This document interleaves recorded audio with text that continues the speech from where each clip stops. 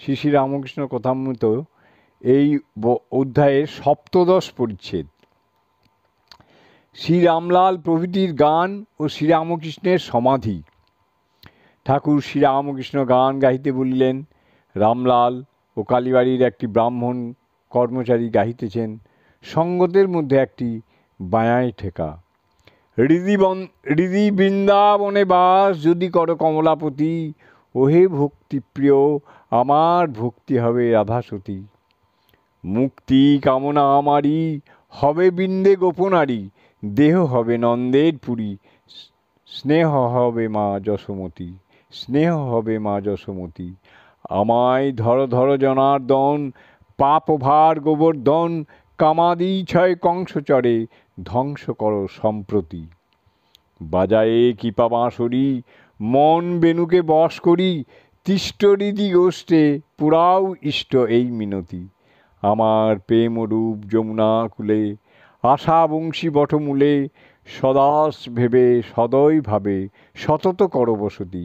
যদি বলো রাখাল প্রেমে, বন্দি থাকি ব্রজধামে, জ্ঞানহীন রাখাল তোমার দাস হবে হে দাসরথী। দাসরথীর এই গানটি ঠাকুর এখানে ভক্তরা গাইছেন।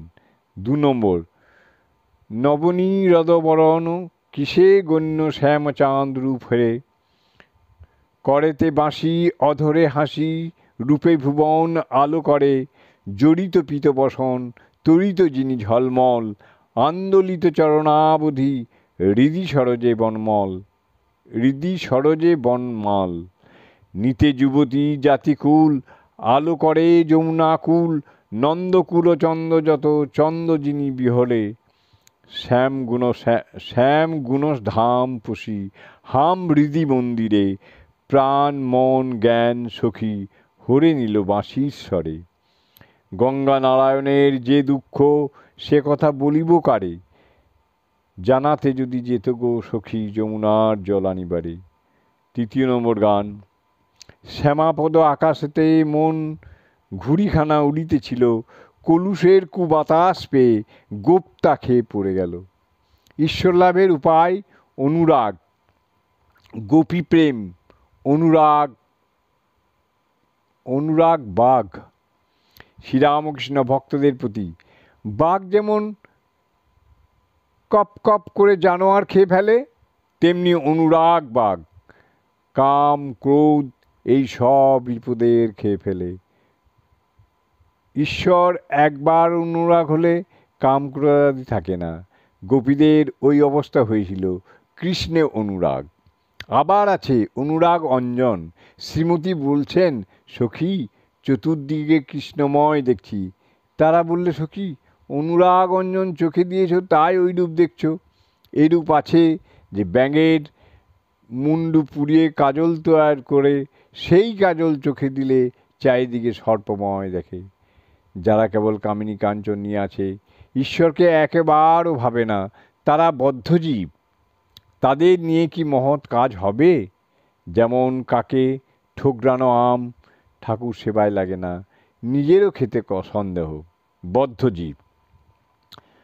সংসারী জীব এরা যেমন গুটি পোকা, মনে করলে কেটে বেরিয়ে আসতে পারে, কিন্তু নিজে ঘর বানিয়েছে, ছেড়ে আসতে মায়া হয়, শেষে মৃত্যু। যারা মুক্ত জীব তারা কামিনী কাঞ্চনের বশ নয়। কোনো কোনো গুটি পোকা অত যত্নের গুটি কেটে বেরিয়ে আসে, সে কিন্তু 2-1টি। মায়াতে ভুলিয়ে রাখে। 2-1জনের জ্ঞান হয়, তারা মায়ার ভেলকিতে ভোলে না, কামিনী কাঞ্চনের বশ হয় না। আঁতুর ঘরের ধুলহাঁড়ির খোলা যে পায়ে পড়ে, তার বাজিকরের ড্যাম ড্যাম শব্দের ভেলকি লাগে না। বাজিকর কি করছে সে ঠিক দেখতে পায়। সাধন সিদ্ধি আর কৃপা সিদ্ধি। সাধন সিদ্ধ আর কৃপা সিদ্ধ। কেউ কেউ অনেক কষ্টে ক্ষেত্রে জল ছেঁচে আনতে পারলে ফসল হয়। কারু কারু ছেঁচতে হলো না, বৃষ্টির জলে ভেসে গেল। কষ্ট করে জল আনতে হলো না। এই মায়ার হাত থেকে এড়াতে গেলে কষ্ট করে সাধন করতে হয়। কৃপা সিদ্ধের কষ্ট করতে হয় না, সে কিন্তু দু একজন। আর নিত্যসিদ্ধ, এদের জন্মে জন্মে জ্ঞান চৈতন্য হয়ে আছে। যেমন ফোয়ারা বুজে আছে, মিস্ত্রি এটা খুলতে ওটা খুলতে ফোয়ারাটাও খুলে দিলে, মিস্ত্রি এটা খুলতে ওটা খুলতে ফোয়ারাটাও খুলে দিলে, আর ফরফর করে জল বেরোতে লাগলো। নিত্যশুদ্ধের প্রথম অনুরাগ যখন লোকে দেখে তখন অবাক হয়, বলে এত ভক্তি বৈরাগ্য প্রেম কোথায় ছিল। ঠাকুর অনুরাগের কথা বলতেছেন, গোপীদের অনুরাগের কথা। আবার গান হইতে লাগিল।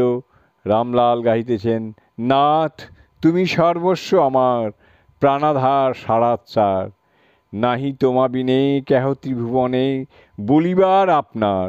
তুমি সুখ শান্তি সহায় সম্বল সম্পদ ঐশ্বর্য জ্ঞান বুদ্ধি বল, তুমি বাসগৃহ আরামের স্থল আত্মীয় বন্ধু পরিবার। তুমি ইহকাল তুমি পরিত্রাণ, তুমি পরকাল তুমি স্বর্গধাম। তুমি স্বাস্থ্যবিধি গুরুকল্পতরু, অনন্ত সুখের আধার। তুমি হে উপায়, তুমি হে উদ্দেশ্য, তুমি স্রষ্টা পাতা, তুমি হে উপাস্য। দণ্ডদাতা পিতা স্নেহময়ী মাতা, ভবার্ণবে কর্ণধার তুমি। শ্রীরামকৃষ্ণ ভক্তদের প্রতি আহা কি গান, তুমি সর্বস্ব আমার। গোপীরা অক্রূর আসবার পর শ্রীমতীকে বললে, রাধে তোর সর্বস্ব ধন হরে নিতে এসেছে। এই ভালোবাসা, ভগবানের জন্য এই ব্যাকুলতা। আবার গান চলিতে লাগিল। ধরো না রথচক্র, রথ কি চক্রে চলে, যে চক্রের চক্কি হরি, যার চক্রে জগৎ চলে। দুই প্যারি কার তরে আর গাঁথো হার যতনে। গান শুনতে শুনতে ঠাকুর শ্রীরামকৃষ্ণ গভীর সমাধি সিন্ধু মধ্যে মগ্ন হইলেন। ভক্তেরা এক দৃষ্টে ঠাকুরের দিকে অবাক হইয়া দেখিতেছেন, আর সারা শব্দ নাই। ঠাকুর সমাধিস্থ, হাত জোর করিয়া বসে আছেন।